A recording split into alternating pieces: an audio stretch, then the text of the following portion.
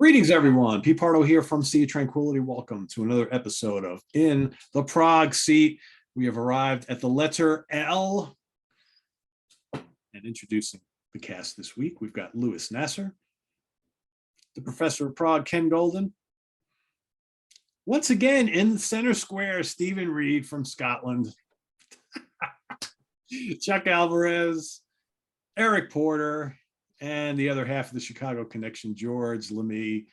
George and I was talking before we started taping. He's like, I've never been a center square on any show on this channel. I'm like, I don't know, man. I think you come onto the Zoom too early. The first guy in the Zoom never gets the center square.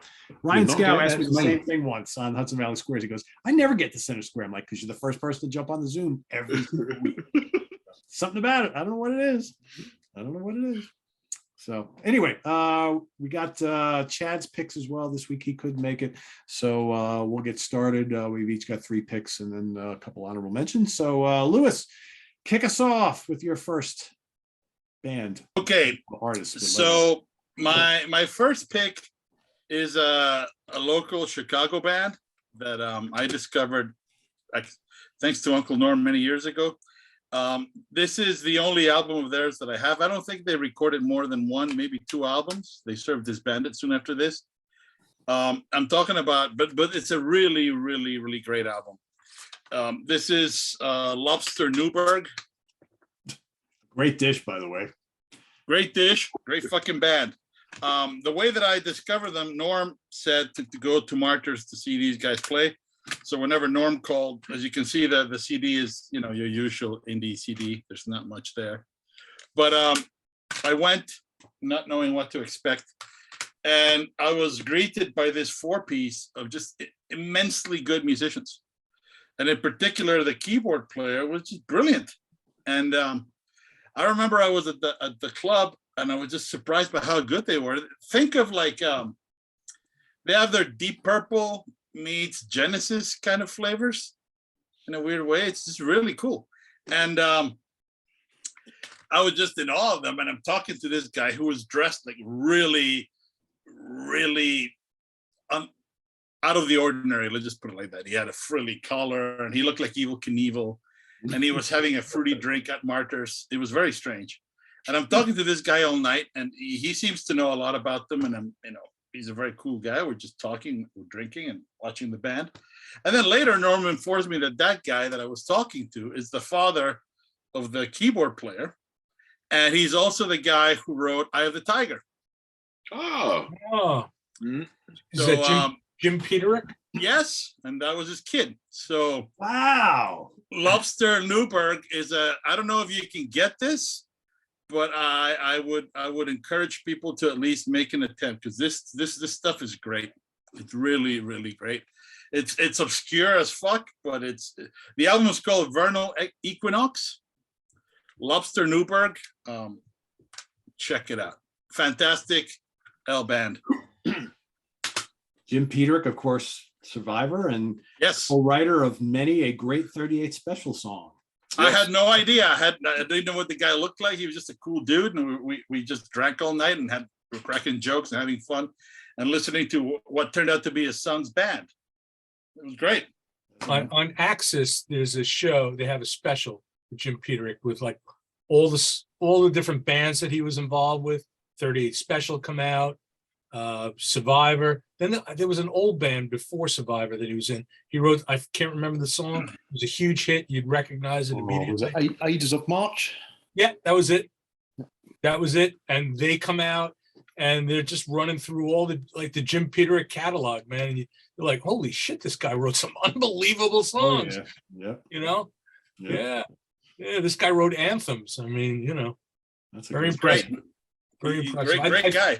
I think Leslie Hunt has done some stuff with him from District 97. It's possible. I mean, he's a very approachable guy. He's by no means a douche. The guy is very cool. And I haven't seen him since that day. That was the one and only time I ever saw him, but he's a very nice guy.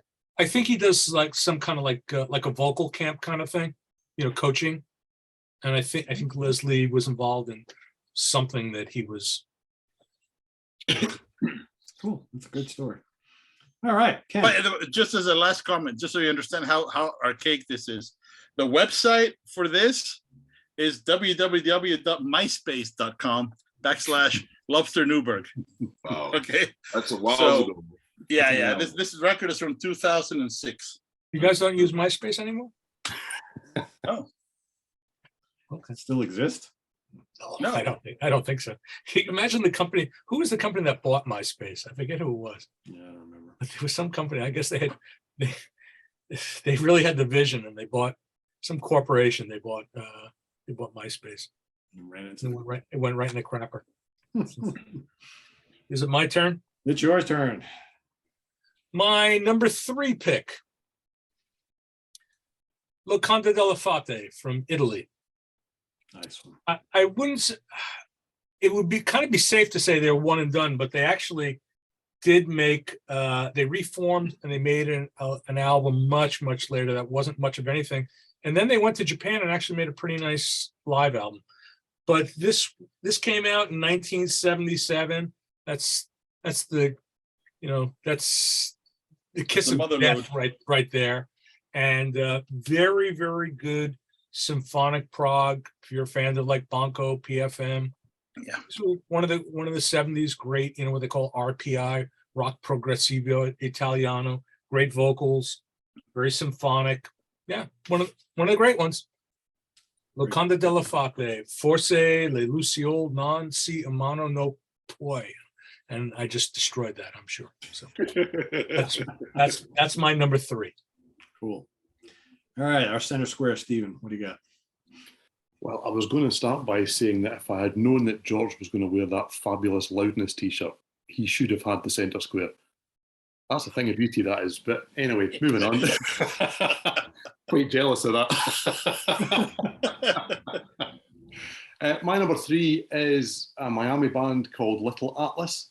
Yes. Forgot about They formed back in the mid-90s and released 4 really good albums that combine classic prog, some heavier guitars, but they're never really kind of going to, fall into the kind of prog metal category. It's still prog rock. I think they split for a while, kind of 2010, returned in 2013 with a 5th album, Automatic Day. That's my personal favourite from what they did. Released through 10T, that I've spoken about before, US label, put out some great stuff about this time. They no longer exist, unfortunately, much missed by me. Tragically, the band's guitarist and main songwriter, Roy Stratman, was seriously assaulted back in 2017. He did start a slow recovery, but he died in 2019, sadly. Along with keyboard player Steve Katsakis, he was the main songwriter in the band. He also released an excellent solo album, The Lie of the Beholder, in 2014, and Katsakis put out a solo album called Hidden Village 5 years later. But the band, sadly but understandably, would appear to be no more, but they do leave a really good collection of albums behind them. And as I say, Automatic Day from Little Atlas is my favourite by them. Didn't they play at Rosfest once? Yes, they did. They played the same year we did the first time. Yeah, I thought so. And then when we went for the second round, Stratman played. It was the guys at Little Atlas, but they played as Stratman. Okay. And that was in 2016, I believe. And then the Bad News. Yeah, Steve was putting out all sorts of stuff on 10T Records, and then it just kind of like fizzled. It's like, Man on Fire, and all sorts of bands. Yeah, lots of good stuff. Lots of stuff I really like through 10T, and just no more, unfortunately. Yeah, they weren't making any money. I mean, Yeah, there were other reasons as well. yeah, well, They 10T were like all the refugees from prog rock records. yes. And that's a whole other story in itself.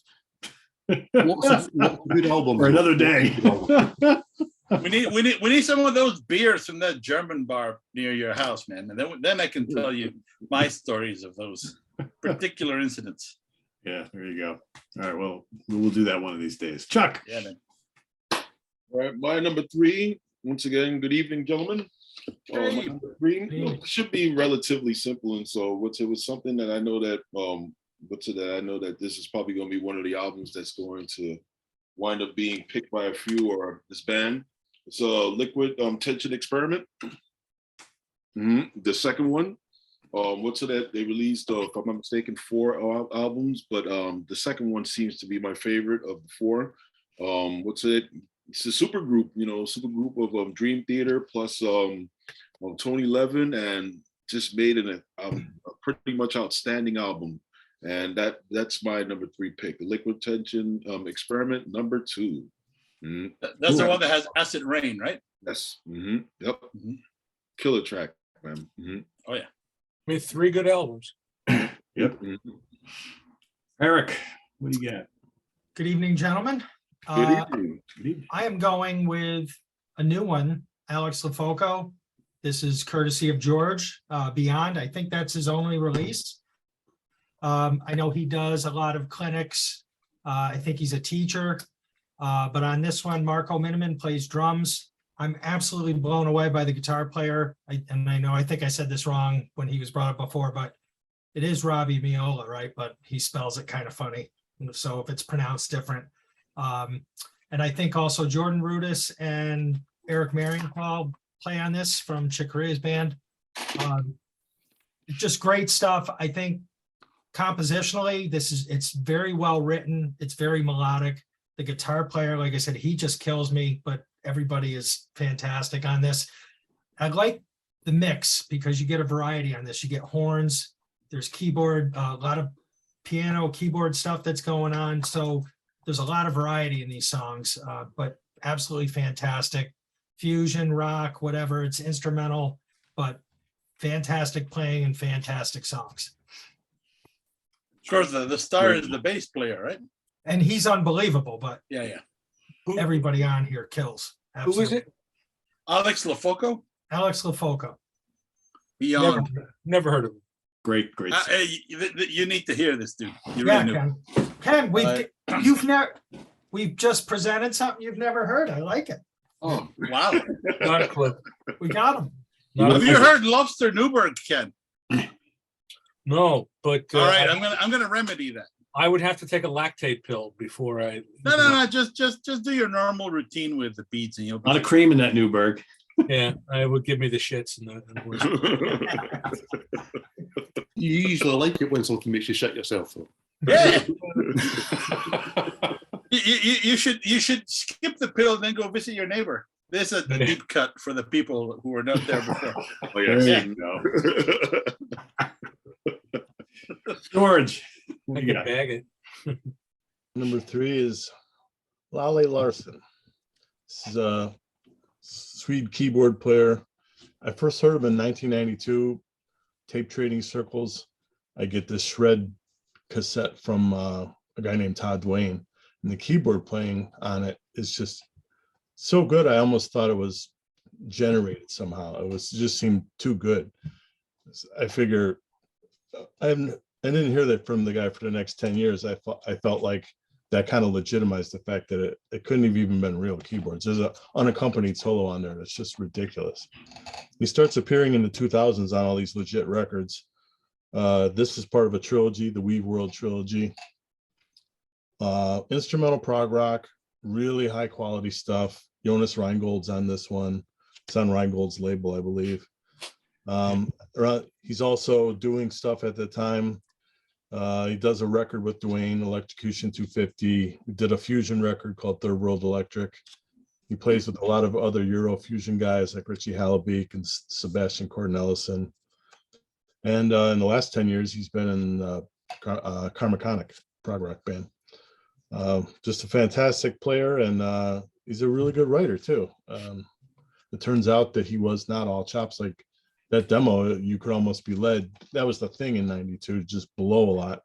But he's actually a really tasty player too. Lale Larson. Very nice guy, Ollie. All right. Let's go to the Netherlands for my first pick here. They released their debut album in the late 90s on Magna Carta Records, Lemur Voice. Lemur Voice. Insights, first album. Tremendous. Second album comes out not long afterwards. No longer on Magna Carta, Divided. And then they kind of like disappear.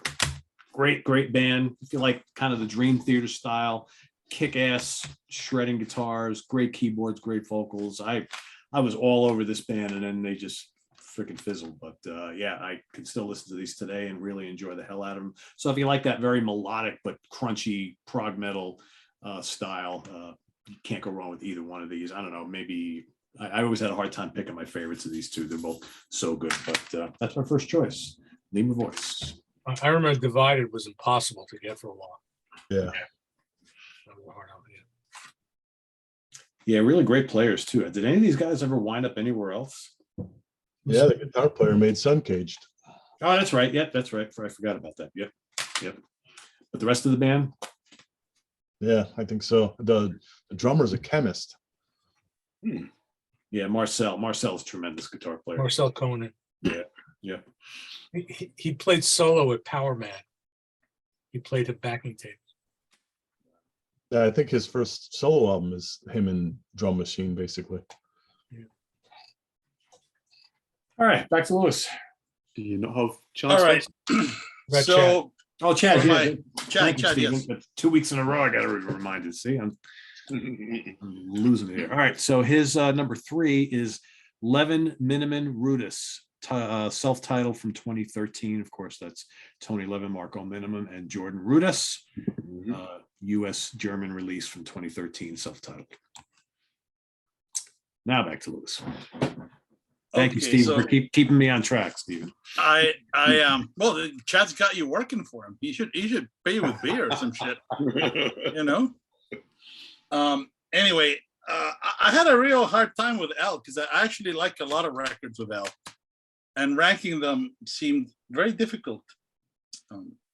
And for number 2, I'm still not decided which should be the number 2. I think there are 2 that should be equally worthy for different reasons.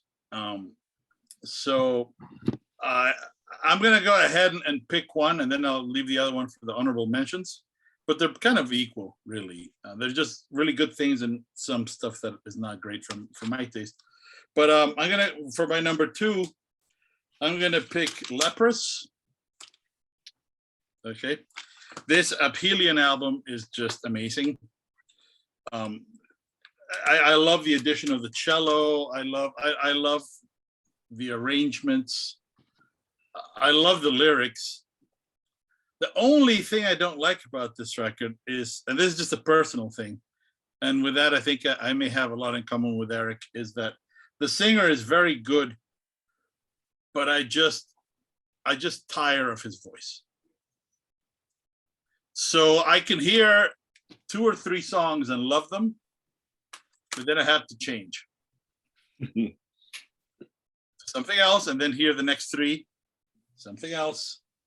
And that happened to me when I saw them live, and it was very embarrassing. These are all very nice guys, and they're super cool dudes, and they're great. They're coming all the way from Europe, and here I am.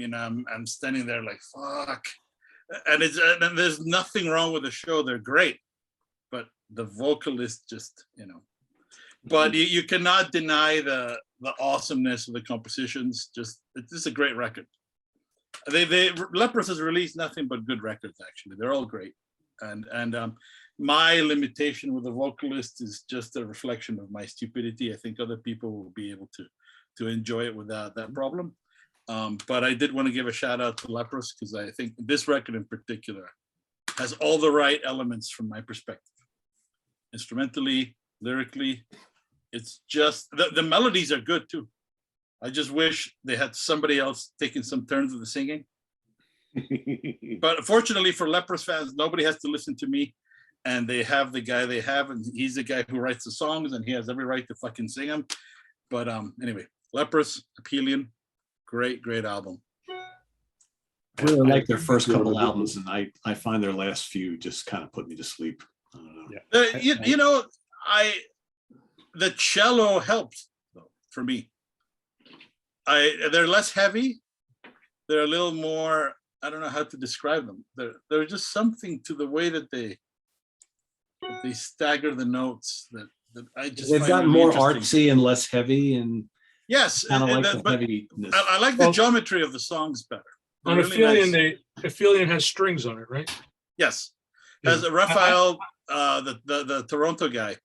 Yeah, on it. I thought Aphelion was a better album than Melina. Yes, I agree I with mean, that as my well. my favorite Leprous is the one that I put out, Tall Poppy Syndrome. That was their second album. Yeah. But that's almost like a different sounding band in a way. Well, yeah, now they're like, when I was dealing with them, they were a prog metal band. I called them at the time. We kind of marketed them as like an avant-garde prog metal band. They they didn't fit in that Dream Theater mold. No. They had a lot of chops and the music was very interesting. And there was a lot of throwback to stuff on Tall Poppy Syndrome, to stuff like Van de Graaff Generator. Really, there was a real intensity to Einar's vocals. Yes. That reminded me of Peter Hamill at the time. And they also had like some Mellotron on there, things like that. And I think for a lot of people, like Bilateral, the one that came afterwards, is a lot of people's favorite. And now I think there's more, and you guys can throw your 2 cents in. I think that they're not really like a prog metal band anymore. They're, No. I'm not sure what you would call it. Like, I would call it like alternative metal. I mean, there's cerebral quality to the band. Their But- music reminds me of Anathema quite a bit. They're less. Yes. Okay. That's not a bad reference point. But Yeah, heavier. I like Anathema. To me, Leprous just kind of changed so much that I don't find that much interest. I'm with Pete there. I think they peaked and then they've changed. But I'm also with Lewis, and the vocals are part of that for me as well. I don't necessarily connect with the vocals particularly well, but never really have with them either.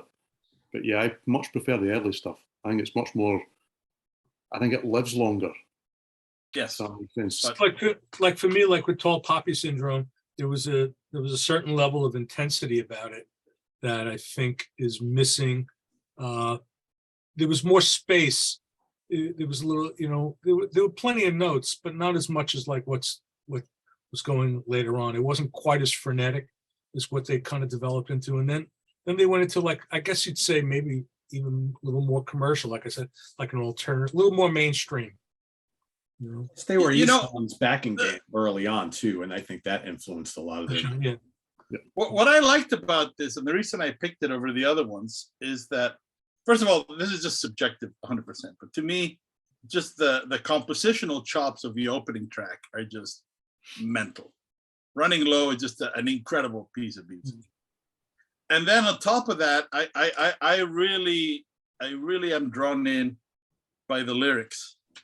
I mean, this guy is having some issues, and I respect that because he's putting it out there. He's using the music to get an exorcism of sorts, and it's very powerful.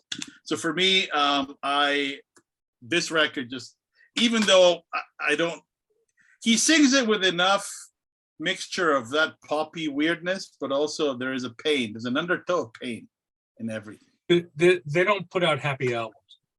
And I Leprous just does not put out an album of love songs. no, they're unrequited love. They're fucked up love. They're everything is fucked songs in a strange but beautiful way. I love that about the lyrics. Yeah. Nothing wrong with that. All right, Ken, what do you got? Number 2. Number 2, I'm going back to Italy. An album that from a band that made a lot of really good records in retrospect. Latte e Miele. Latte e Miele is milk and honey, translated as milk and honey. This Aquili Iscolatoli. I'm sorry, Italians, I just butchered your language again. This is their third album. Their first one was Passio Secondo Matheum, and then the second one was Concept Album Papillon.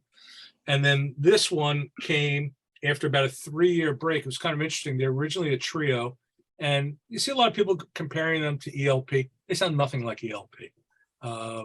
They say they're like ELP because they were a trio, but more, and it's like they're a classical undercurrents in what they did.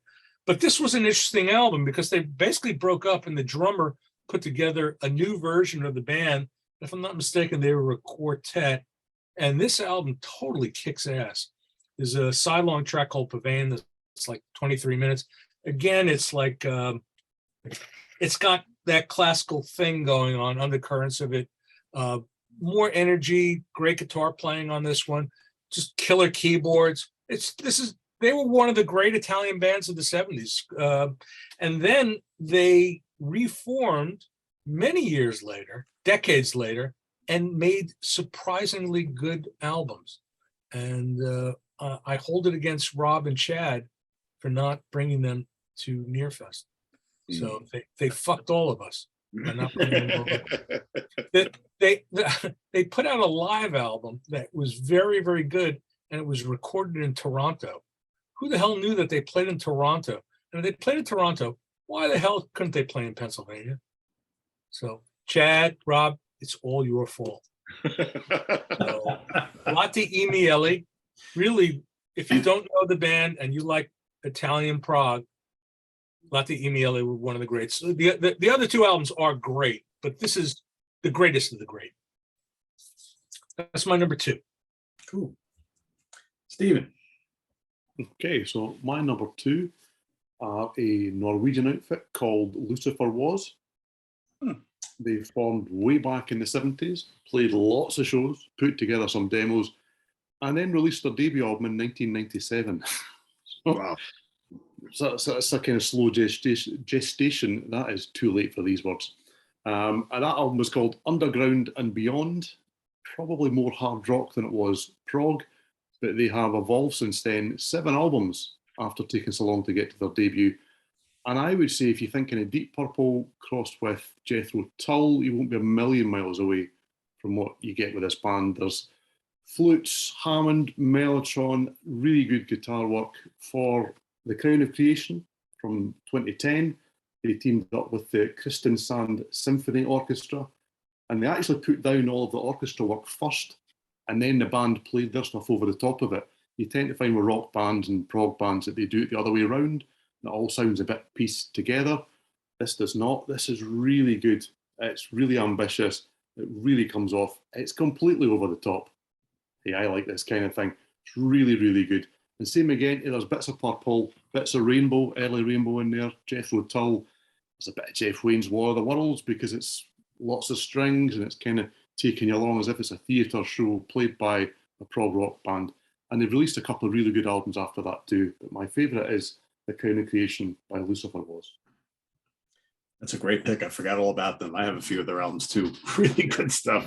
Yeah, the whole it's like Deep Purple meets Jethro Tull. That's a great explanation. Yeah.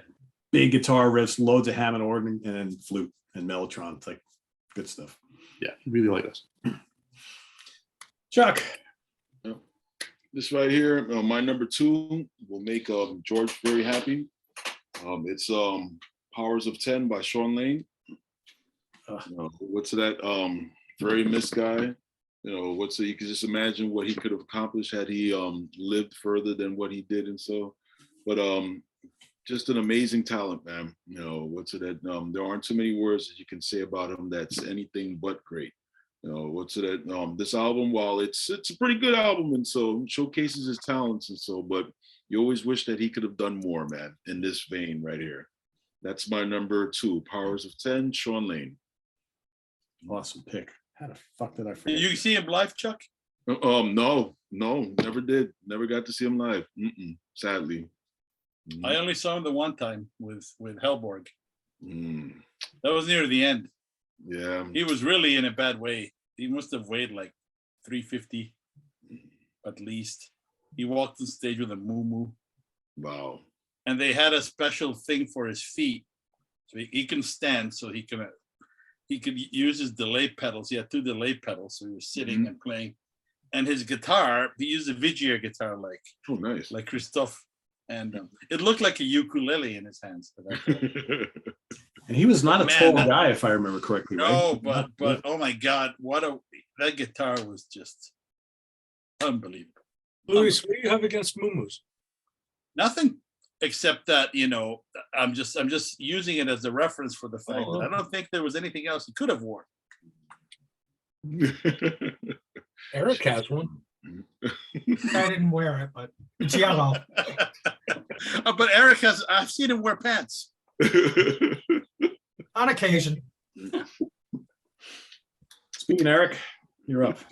All right, I might get in trouble for this one, but this is my number 2. So Ken, you can get ready to unload. I'm going with Didier Lockwood and I'm going with Surya. And I know Ken we had a back and forth where this is the band, but when I look it up, it comes up under Didier Lockwood. So that's my favorite from him. You're gonna get a pass, and I'll tell you why. All right. Because of I like this. Give me the Well, pass. no, you got the wrong album. It's a Ah, fantastic excellent. album, and I'll let you reintroduce it when we get to the letter S. Okay. But you got the right guy, so that's all right. So that's what you get a pass from. So I've discussed my love of violin, and this is just incredible. And I don't think you have to go any further than track 1, and I'll say it wrong, Agartha or whatever the title is. That's just killer. So I didn't need to listen anymore after that, and I fell in love with this. And I think we already brought up Tom Gagliardi in the pre-show discussion, and I think that's where I originally heard this, was listening to the Gagli archives Mhm. years ago, and heard that and went out and bought it, and I've loved him ever since. So that is my number 2. Nice. George. My number 2 is from Canada. Pretty obscure, a band called The Living. This one's called The Jungle is Dark but Full of Diamonds. Literary or a movie reference, I'm not sure. 4 releases. Musically, they're somewhere in the middle between Faith No More and Mr. Bungle. Not quite as goofy as Mr. Bungle, but a little more involved than Faith No More. Definitely more progressive. It's a guitar rock trio with a string trio. So you have a 6-member band here. The records change a little bit as they go. The first one actually has just violin and has some split vocals with a female. The rest of the way, the guitar player sings. He resembles Patton's voice tonally. They work really slow because the first EP is 2007 and they only have 4 releases, but definitely at least Lewis, Chuck, you should be all over this. All their stuff's on their Bandcamp, The Living. Pete sent that to me to review when it came out. That's a fantastic album. Really, really good. That's a great pick. Forgot all about them. Really good. On the Cardiacs page, Dave mentioned them a couple of times on The Living. Haven't heard it, but what's an album? I'll be looking forward to getting in touch with that. Yeah, As usual, I'm taking notes when this guy comes. really good pick. All right, my number 2, I'm probably stealing Ken's thunder here a little bit, but gonna go to Italy. Le Orme. Yeah, man. Wait. Ken. I have a problem with this. I do too. Because it's Le. 3. Yes. That's like saying Oh. the Who is a tea band. It's an L. It is. But we're not going to get into the fact that our fearless leader is Italian. We're just not going to go there because we have no time. I've always put these guys under L. Always. Look, if Darth Pardo wants to make it an L, Pete, they're in my L too, so don't worry about it. That record you put up is an amazing record. Right? It really is, Yeah. man. I mean, beyond classic. I don't know. I've always considered these guys L. I don't know. I don't speak Italian, so I don't know. and watch in a few weeks. He's going to reintroduce it as an O. You'll see. No, I won't. It's on my shelf in L. It's always has been. It's all good. I have plenty of other things to choose for O. So All right. anyway, I'm picking them. So yeah, this is one of the great Italian prog albums of all time. Just gorgeous stuff. It's bombastic. It's beautiful. Acoustic guitars and Hammond organ and Moog and electric guitars and great operatic vocals. I mean, we've talked about this before. Amazing stuff. Great. If you haven't heard it, you need to. So That's one of the greats. Nope. and Chad's number 2. And again, maybe this is controversial as well. I don't even know who this is. L'Ensemble Reye. Meme en Hiver come un pinson dans Leo from France from 1989. I have no idea who that is. To me, that would be an E, but whatever. I don't know. I've never even heard of Right? it. Even Stephen agrees with me, and Stephen never agrees with me about anything. No, I mean, I make a point of disagreeing with Ken, but he's right here. So that's Chad's number two. I The call Steve ensemble Relais. I call Steve the contrarian. So Steve is the right-trarian. He's usually right. They just call him that because you don't like being reminded. I don't think that's fair, Luke. Usually. All right. Our number one's back to the Lewis. All right. So my number one, I am skipping the obvious ones because I wanted to shine some light on bands that we don't normally talk about. So for my number one, I'm going to go with Steve Katsikas and Little Atlas again. And this is a record that it's different from the one that Steven picked. This is Hollow. Yeah. And just a few words about Steve Katsikas. He's a very, very special guy. I've known him. We've been friends for about 20 years, and he does a lot of stuff, musically. But he's also a professor of psychology at Spalding in Kentucky, and he's the chair of the department there. He was named psychologist of the year for 2018, I believe. That is psychologist of the year for 2018. That's correct. And him and his family have been nothing but awesome all these years. He has a great recording studio, and he has, in addition to everything else that he's done musically, he has helped many people record there. District 97 has stayed in his house when they play in Kentucky. I know that I've used his studio to record drums for Sona Sombra in the past. But the reason I picked this album is that I just love the fact this whole record is about psychology and mental illness. And it is done in such an intelligent way that every Little Atlas has its own idiosyncrasy. And Steve is a lead vocalist, and he plays the keyboards and the saxophone. But this one has like a really perfect blend of all the things I like of Supertramp, sort of like Crime of a Century, with some of the best things of Genesis when they're rocking, and then they have their own unique thing they do. I'm really sorry. Is that just to get them into Y when we get there? Yeah. No, I don't think when Y comes around, I usually say no. But anyway, you can see from the illustrations, right, that this is some really cool stuff. It's one of those records that every year I go back and I listen to it 2 or 3 times. It's just a great, great album.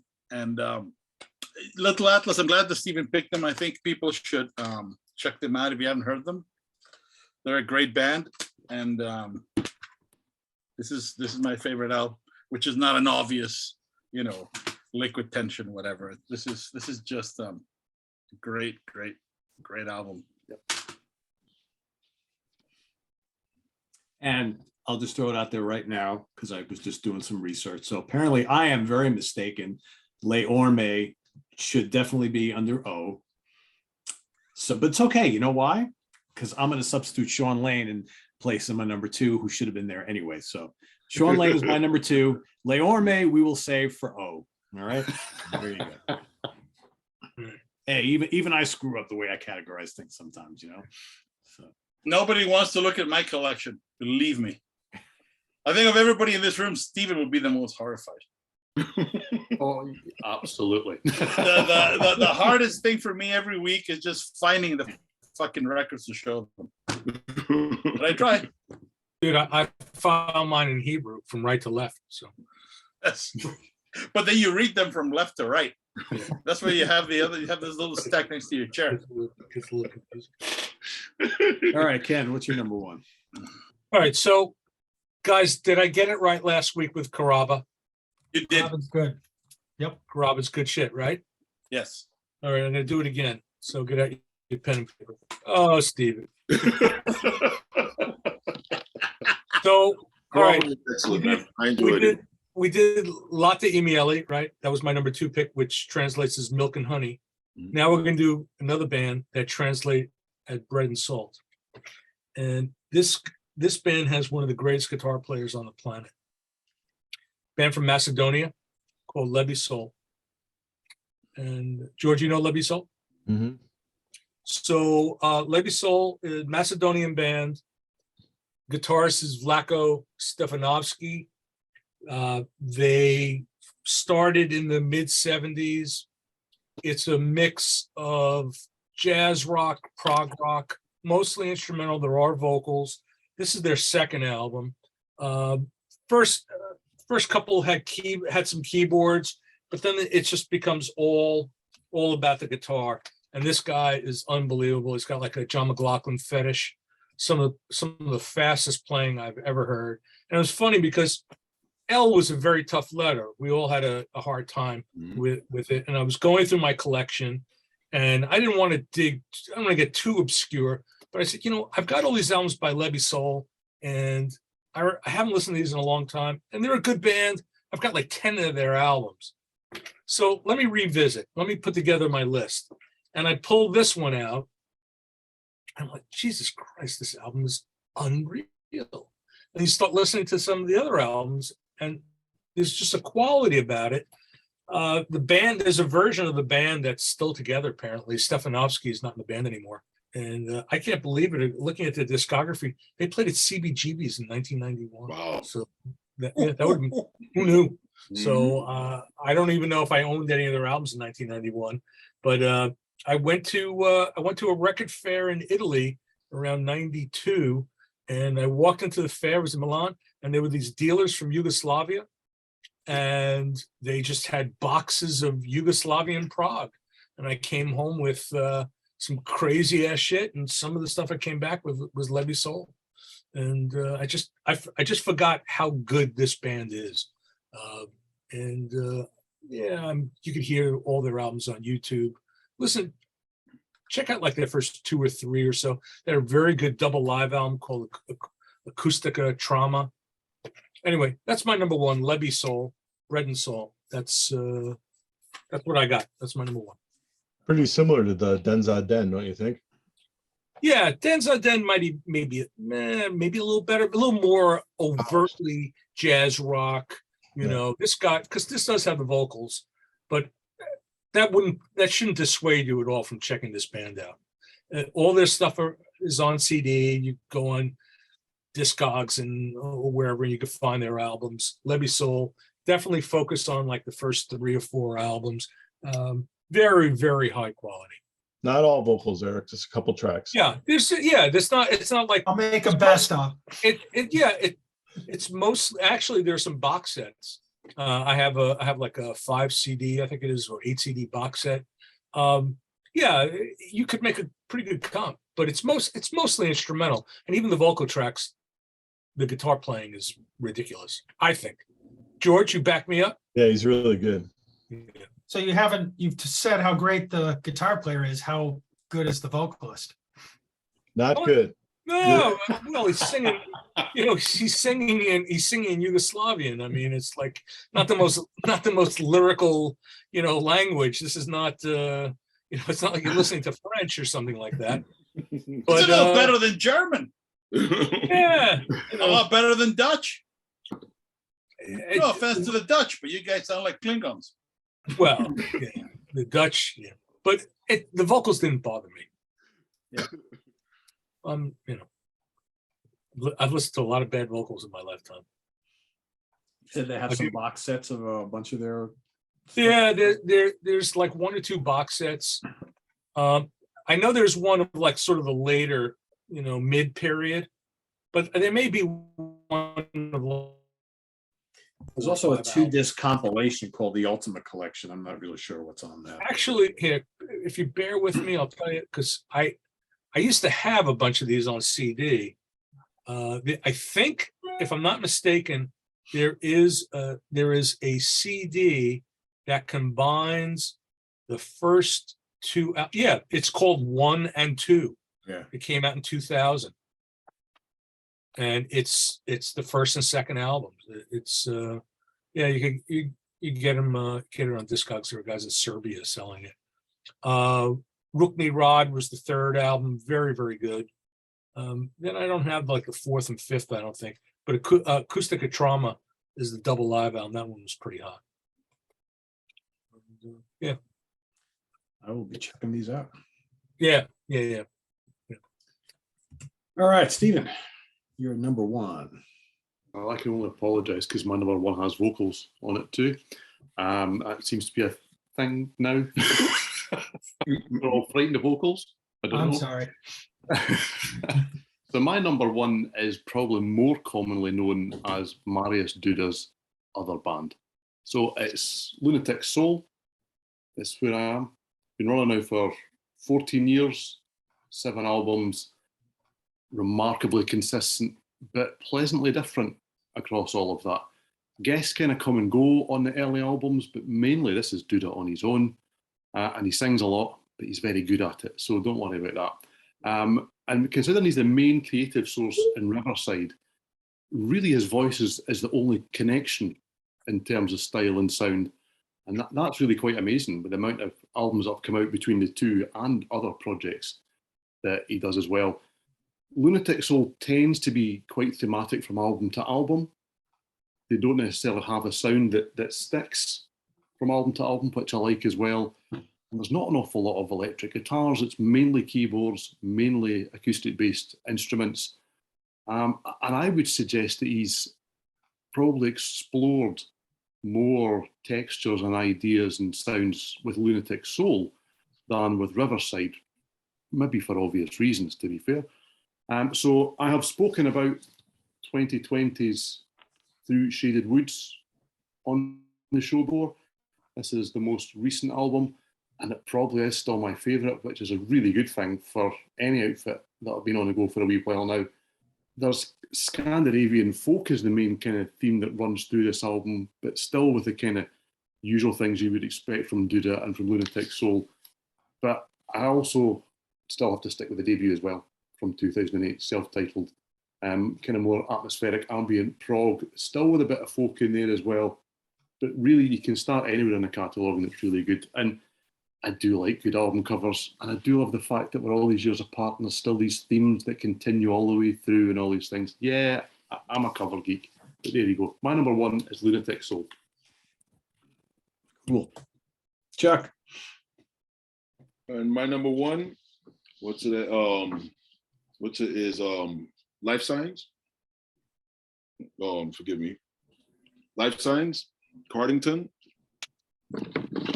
So with John Young on keyboards, he has a plethora of other players on there with him.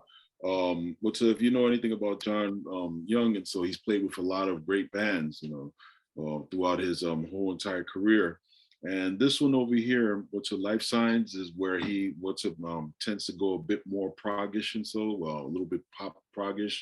I know that he's another one that doesn't like the prog inclinations in his being mentioned, but this is one of the albums by him, and so Life Signs, that's my number one. Cardington is my number one. Life Signs. Mm-hmm. Eric. My number one is a bit embarrassing as a guitar player that it took so long to explore this guy, Sean Lane. Chuck brought him up. Pete, you brought him up. Let's not forget Explosive George. player. What's that? Let's not forget George. Well, George is the reason Mhm. that I have this. But I think on top of all that, as great as he was, I mean, I knew his name, I'd read about him, and he always seemed to be lumped into the shredder. How fast, how amazing. And to me, if you listen to this, he's a good writer, or was a great writer. I mean, and listening to his keyboard playing, I know we've talked about that like last week with Mike Keneally, what a fantastic player he is, but at the same time, he can probably blow most keyboardists away. And I think this is the same. And if I'm not mistaken, he did everything on this record. Just unbelievable. So compositionally alone, you got to give the guy a listen. And as a guitar player, guy's from another world. Yep. So I just need to check out more of his stuff, but that just hearing him play, he's a number one without question. Sean Lane. Great improviser too. Like some of those Hellboard CDs, just crazy jamming stuff. Yeah, that was amazing. George. Me too. Sean Lane. He appears in the late 70s with Black Oak, Arkansas as a teenager. And they broke up, rebranded as Savage Innocence.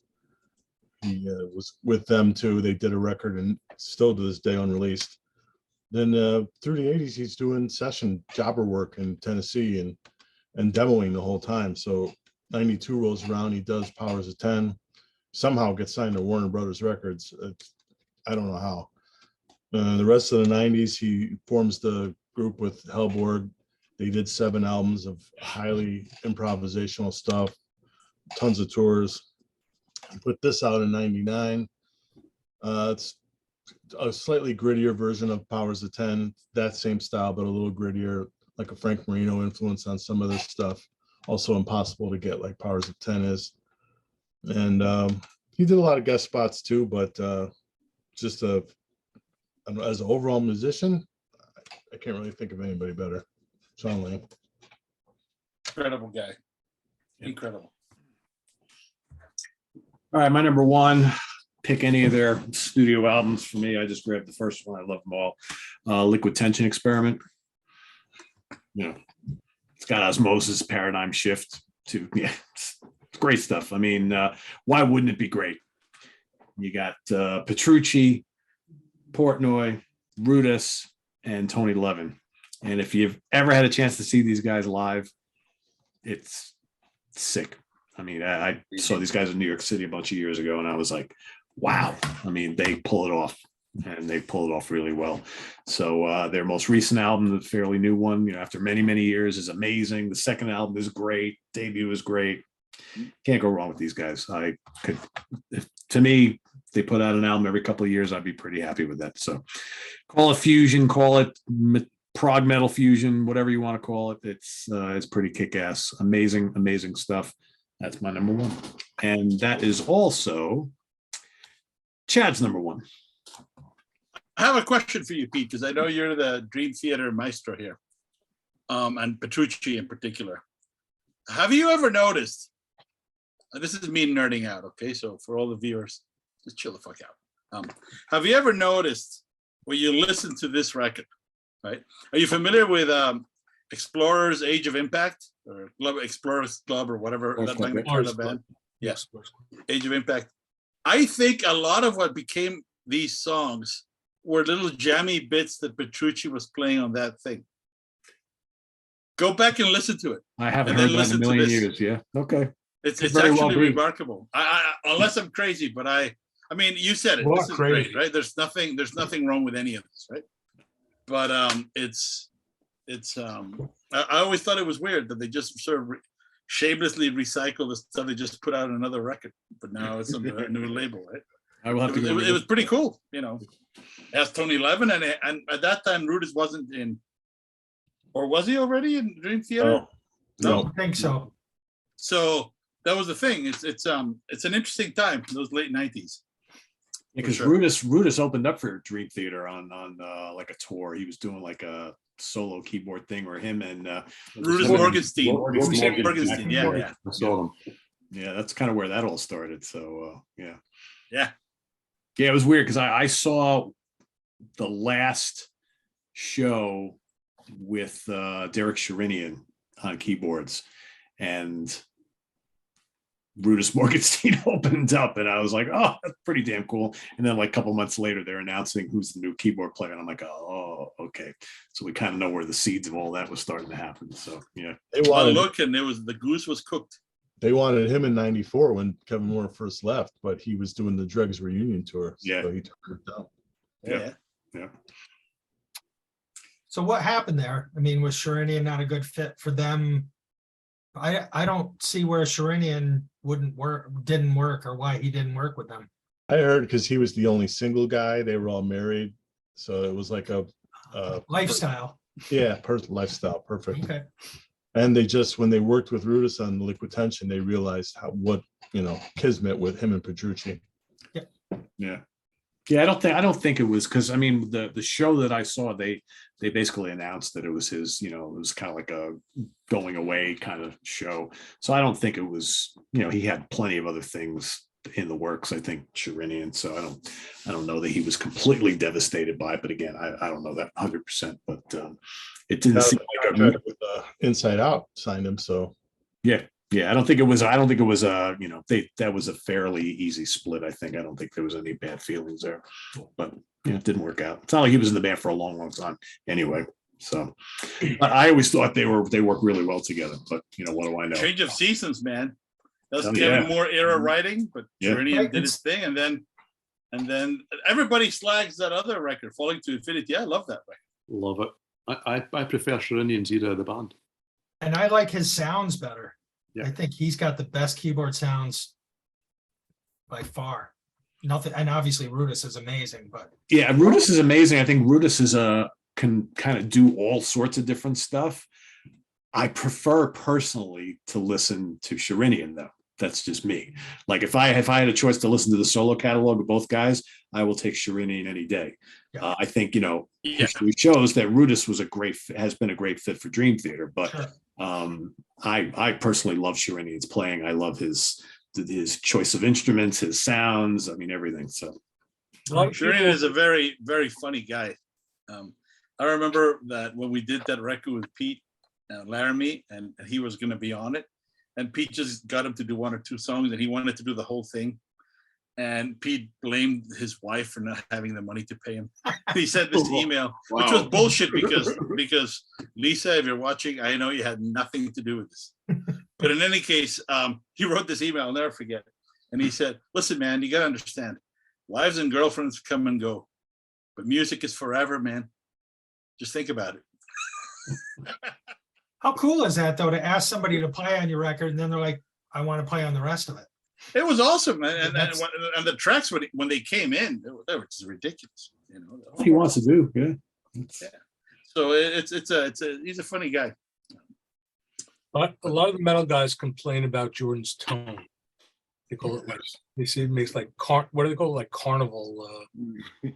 Well, isn't Sharinian on record? I mean, we can look it up.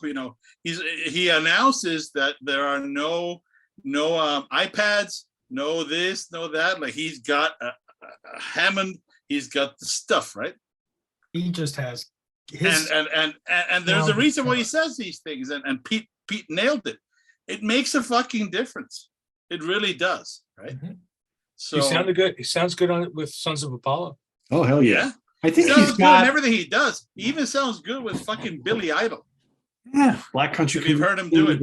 I'm not shitting on Billy Idol before I start getting the flamethrowers from all the 80s ladies with their high heels and their muffin tops. I'm just saying that it's not what you would expect. Oh, Lewis cried more. Hey, Lewis, more. Lewis, how did he sound when he was playing under the stage for Kiss? No, I would never go here, Kiss. But that's me. 100 records for a reason. He yeah. To me, Scorpion. He's got a guitar player's mentality on the keyboard. So I think it's one of the things I like about him so much. That's it. Yeah. That's a good take on it. That's it. He's like kind of like the Jeff Beck of keyboards, and he's kind of got this mindset, which I really like. All right, honorable mentions, Lewis. All right, I got a few. I'm not going to repeat anything that's been mentioned already, but I do have a few that I think are worthy. The first is a record which, for whatever reason, is more obscure, at least in my mind, than I think it should be. I'm talking about the Legend of the Seagull Men. People refer to supergroup all the time, blah, blah, blah. I don't think this is a supergroup. I think most supergroups, the only thing super about them is the word super in the name. But this one is, it has Brett Hines from Mastodon and Danny Carey from Tool, with other people. And they came up with a really interesting, as you can see, well, you can see the illustrations, right? It's like a prog metal album about sea monsters and fucked up sea captains. and all these weird. It's great. I love it. I absolutely fucking love this record. And even though it has vocals that are not by some known kick-ass guy, they work. So this is something that I want to throw out there in case people haven't heard of this. It's on Dying Alone Records. Not exactly a household name, but Legends of the Seagull Man. I also wanted to give a shout out to a band from North Carolina called Land of Chocolate. Ah, I remember. This is that. like John a Busby. fusion-y, you know, these guys are cool. This is a project that was led by John Busby, who's the brother of Chris Busby from Echoland. And it also had for you, Eric, you probably know them already, I guess. I do. Peter. Unicorn Yeah. on the Cob and And Regaining the Field. there you I go. love these two records. And John Kovac on guitar. Yeah. Yep.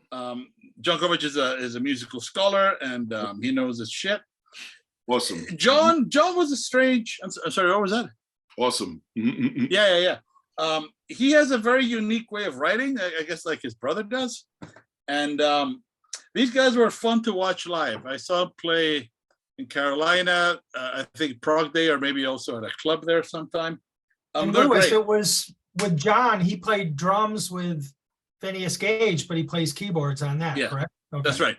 He does keyboards and sings in this. Yep. Great stuff. So Land of Chocolate.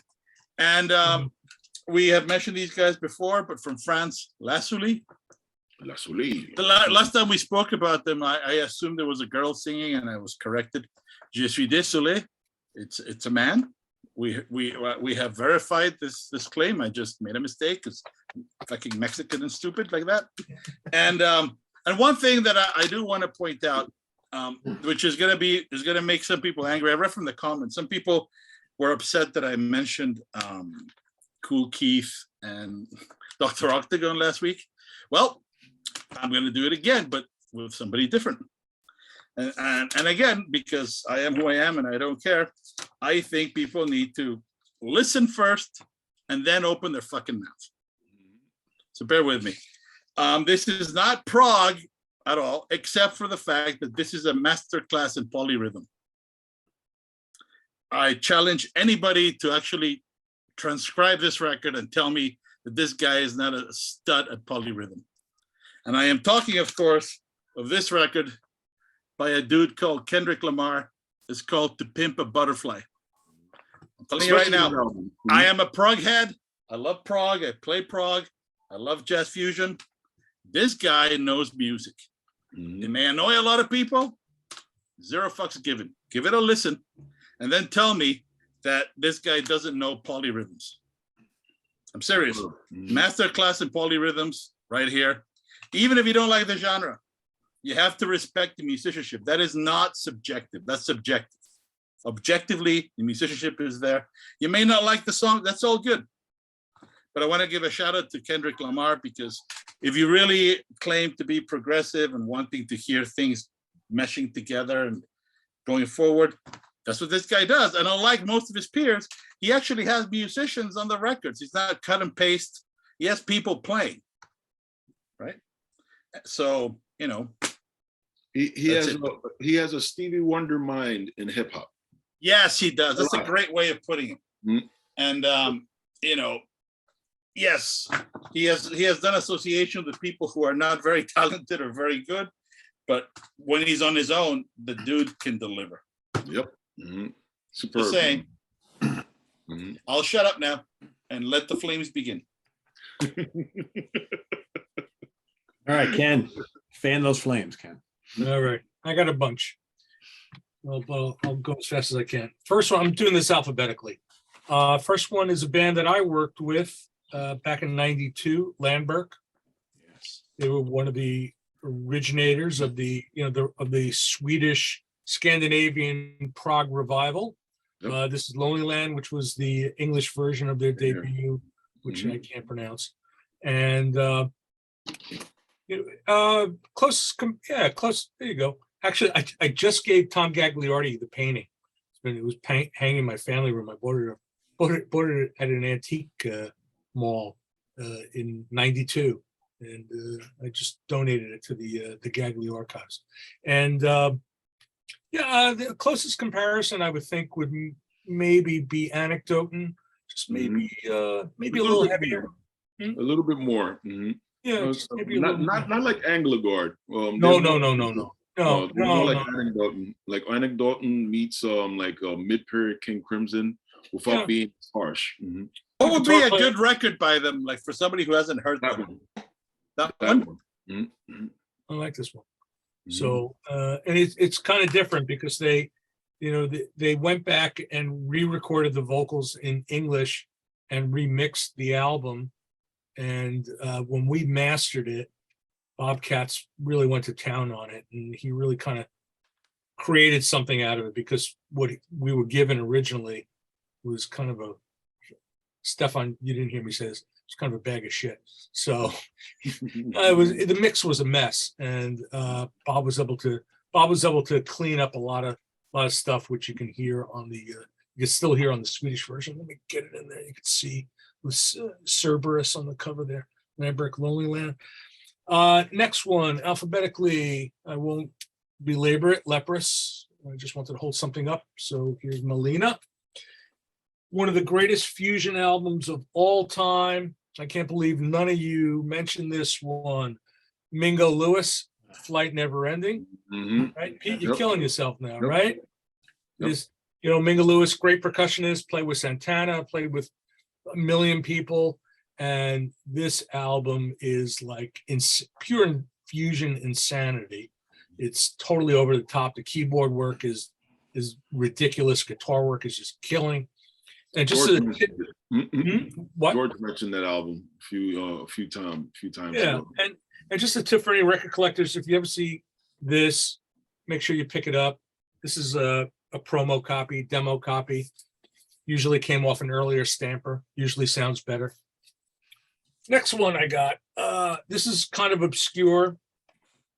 Dutch band, Light, the Story of Moses. Symphonic rock album, originally called Light Foundation, and the album came out on Barclay Records, and then licensed to Brain. It came out in Germany on Brain, and symphonic rock, lots of Mellotron. It's basically a Christian.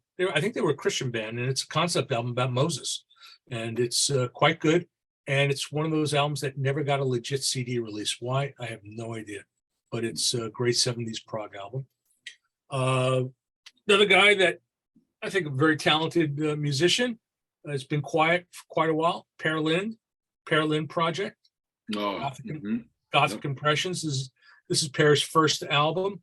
It has a lot of the Anglagard guys playing on it, and it's sort of along those lines, sort of like ELP crossed with Anglagard.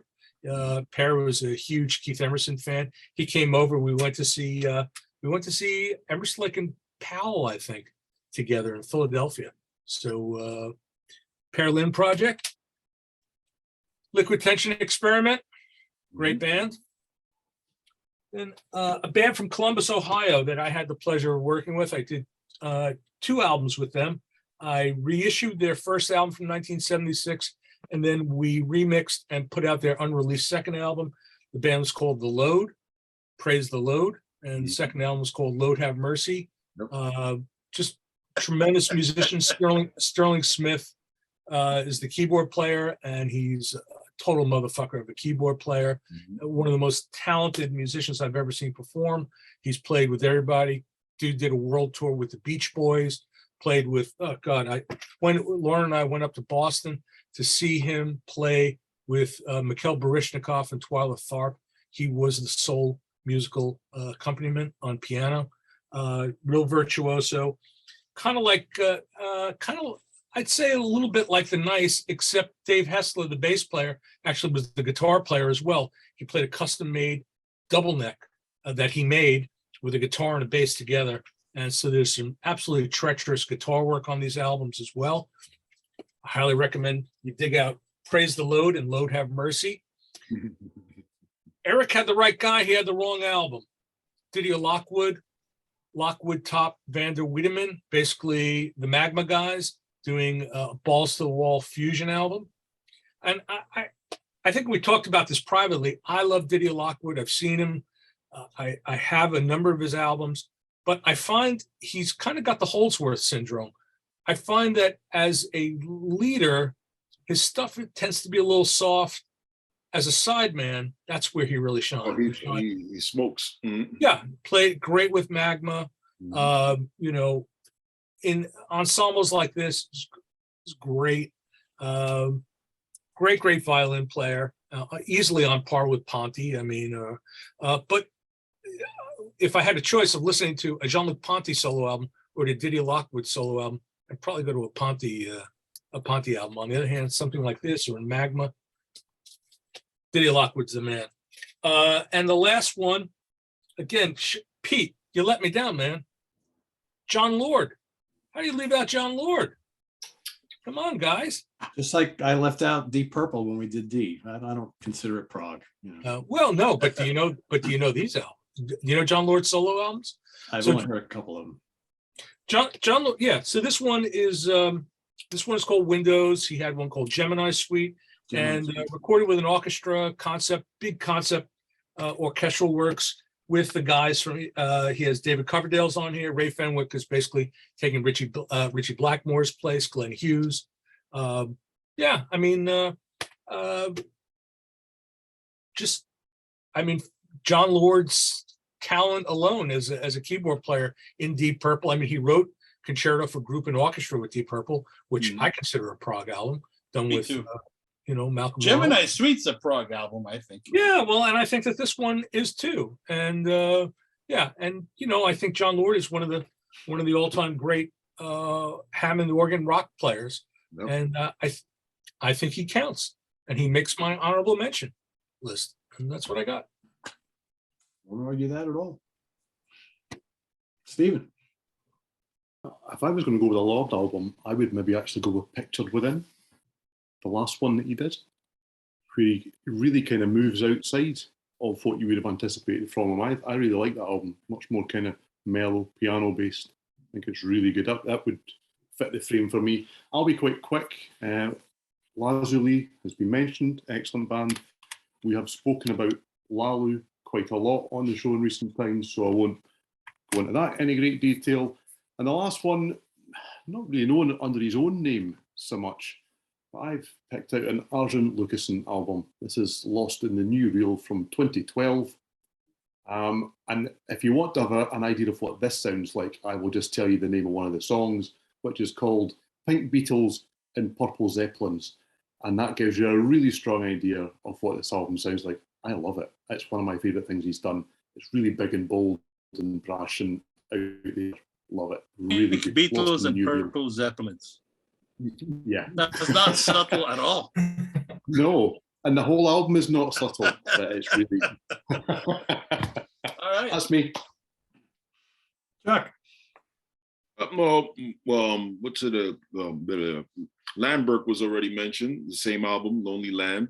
What's it? My second one and last one is Landmark. What's it? The Infinity Parade. Landmark had a bit of a Gentle Giant meets like Dream Theaterish meets a little bit of King Crimson thing going on there for quite some time. English band. What's it? That's my pick. Infinity Parade. Landmark. Good choice. That was the band that was with Tracy Hitchings. No. But for Tracy, no. If I'm mistaken, no. You sure? What's that? Who was singing? They had a variety of vocalists over a period of time, did they not? Landmark. With a Q. Landmark. Damian Wilson was in there. Yeah, he was in them. And Tracy Hitchings, she was when they were on. Yeah, I think Tracy was the original. I think Early on, I think. Yeah. Early on. Well, Damien was the original singer. But anyway, she was in there at some point. Yeah, they're a good band. Are they still together? I mean, God, I haven't heard that name in a million years. I haven't heard A anything long from them time in a since they long put anything out, I think. Yeah. Cool. Eric. Well, mine have been mentioned, but I had two, and Liquid Tension Experiment was one. And I picked them up basically because I was always kind of standoffish on the heavier stuff, and I saw Levin on there with those guys, so I picked that up because of Tony Levin initially. But I've got the Rascents and my first Italian prog album. And those are my two honorables. All right, George. Lost Tribe. This is a New York-based 90s funk fusion band described as Brecker Brothers meets Living Color. It's not that far off. I had Wow. Leprous. What's the name of the record? It's Soulfish. Mhm. I had Leprous. This is the masterpiece of Leprous. I like the early stuff better. I had Limmer Voice. This is the masterpiece for them. And I had Liquid Tension. I want to throw something out there about these guys. If you read the liners of the first album, it comes about because Magna Carta wants Portnoy to pick his instrumental dream project. And the first guys he picks are Trevor Rabin, Billy Sheehan, Jens Johansson. Now, would you rather hear that band do a record or the next Liquid Tension? To me, that band actually sounds a little more interesting. Where's that going? Trevor Rabin, Billy Sheehan, and Jens Johansson in him. That could be wild. I'll take that. Mhm. Could be. I don't know if it works as well as what they actually wound up doing, but yeah. Yeah, you don't know. That's just it. It's like, is this going to work? But that was set, and then schedules changed, and guys had to drop out, and that's how you ended up with the guys that we got. But The wild card in that is for me is Trevor Rabin, who I think Yep. could Agreed. be amazing on it or not. So depending on what kind of mood he's in. Underrated guitarist, man. Oh yeah. Oh, sure. that guy would have walked in and kicked ass in the I series. really Probably. think so. so too. Yeah, there's no question. I mean, they're not gonna show him up. It's Oh, just The that minute he's Jens never starts- really done anything kind of like that, so that's why he's kind of the wild card for me. The other guys, I mean, Sheehan would have been all over that, I think, and of course Jens would have been all over it. So that's why for me, the guy who's kind of the weird fit potentially could be amazing, or maybe it's not his cup of tea, is Trevor Rabin. I think he would have destroyed. Yeah, that may be. Yeah, he certainly has the talent for it. Yeah. Yeah. That's it. All right. My three, I had La Latte Miele, I had Locanda della Fate, and I had what was my last one? Shit. Hold on. I don't even remember. Hold on. Let me get my notes here. Oh, Landberg. Those are my three. And Chad has one that we had someone, I guess, on last week's show, practically begging someone to mention this band, Long Distance Calling, Avoid the Light. Chad also had Locanda della Fate, Forse le Lucioli non si amano più, or however you say all that. Tony Levin, Pieces of the Sun, The Lens, A Word in Your Really? Eye, Lemur Voice Insights, Levin Torn White, and last but not least, Lizard Psycho Pulls, Polish band from 2006. Lizard is actually a pretty good band. Very crimsony. Mhm. The name. Sure. What a shocker. Yeah. No, they're not so That's a Ken's subtle. point from earlier. Tracy Hitchens was a landmark, yes. Vindicated. Once Good. again, Good vindicated. for quite some time, in actual fact. 1996 to 2017 as vocalist. So taken in 3 albums, including the most recent in 2014. Yeah, I think she replaced Damien Wilson. Yeah, she replaced him after this album. Mhm. Yep, she did. She came in after Damien. Mhm. Person Rob Lewis Jones was their first singer. It's now a person called Wolf Campen, who is credited as their current vocalist. Haven't released anything for about 7 years. Yeah, it's been a while. So how many albums do they have in total? They got a lot. Now in total, they have 1, 2, 3, 4, 5, 6 in They had a total. There was a DVD. and then there Yeah, was- there's more. There's 4 live albums. Entertaining Angels is credited twice down there. Don't know why particularly. 2012, and then as a vinyl 2 LP set. But it's down as credited as a separate album, which it probably isn't. There's compilations and there's lots of other kind of little things they featured on, and a couple of DVDs. But yeah, for actual new stuff, you're actually probably going back to 10 years, because Entertaining Angels, the second time, was what's credited as their most recent one. Weren't See, they on people like don't- Giant Electric P at some point? I'm trying to remember. They were on Cyclops. Cyclops. Okay, that's the other one I was thinking of. Yeah. See, you guys, well, you guys might, but a lot of people don't appreciate like the 90s for prog rock. It was kind of slim pickings. I mean, we were getting excited about Landmark albums. I mean, no disrespect to Landmark, but there wasn't a lot happening in the 90s. You know, that's like my level of interest started to increase in the 90s because there was a lot more creativity on that side. And yeah, I mean, I was selling Landmark CDs. I wasn't super excited about it, but you know, there wasn't a lot to go around. Yeah, but I think the early part of the 90s, there certainly was, maybe as the decade wore on a little bit. Yeah. I mean, it was, you know, you got excited about reissues of some 70s Italian bands or something like that, you know. But a lot of the new shit that SI Music was putting out and Cyclops, there was a lot of limp-wristed shit there. You know? I don't know. I mean, I used to sell it. I can't say I was excited about it. I don't know, maybe I was, but I don't know. For me, the Anglegards, the Anecdotans, the Ekelins, Foxbeard, Flower Kings, all that stuff was new to me. So I was kind of like, this is. Well, the cream rose to the top. It did, yeah.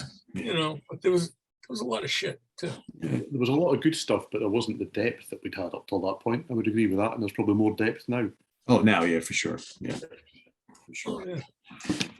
All right. Well, there you have it, everybody. The letter L in the books. List your favorite bands or artists starting with the letter L in the prog world. And stay tuned. I think we're going to do M next week, unless we deviate for a week, but I think pretty sure we'll do M. And then probably the week after that, we will take a break and go to a more topic-based session or episode, I should say.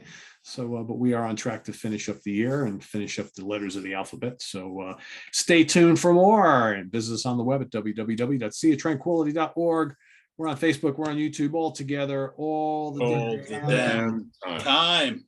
Please subscribe if you have not already and click on that notification bell so you get alerted of all of our content as it posts. And before you leave, please do click the like button. Very, very important thing here on YouTube, right? So thanks for watching. We'll see you next week here on In the Prog Seat. Stay tuned tomorrow for new album reviews. In fact, our Center Square will be appearing once again tomorrow for a couple of reviews tomorrow. So stay tuned for that. And we'll see you all tomorrow. And for Louis Nasser, Ken Golden, Stephen Reed, Chuck Alvarez, Eric Porter, and George Lemay, I am Pete Pardo. We'll see you in the morning, gang. Have a good night, everybody. Take care. Also, if anybody sees Anthony, he's wearing a yellow hoodie. We can't find him. Help Please us send him locate this home. man. Please send him Yes. home. Yes. And while you're He's at it, missed. if you're at a brewery somewhere and you see a blonde-haired guy with glasses and a baseball hat, that's probably Chad Hutchinson. Send him Yes. that. He's a demented alcoholic. Help him. He'll be wearing a muumuu. And now, yes, in a diaper. What is a moo? Oh, look it up. That's like the gigantic bathrobe, but it's just clothes. It's like It's a like dress. like a It's like a- oldie-timey pajama for men. You have some strange fantasies, Ken. If you Do only you knew. even know Ken? If you Stephen? only knew. I deny it in public. You have no idea. You have no idea. See what I got to put up with every week, folks? Usually it's like hot dogs chasing donuts in the Lincoln Tunnel. But Good night, everybody. Good night, everyone. Take care.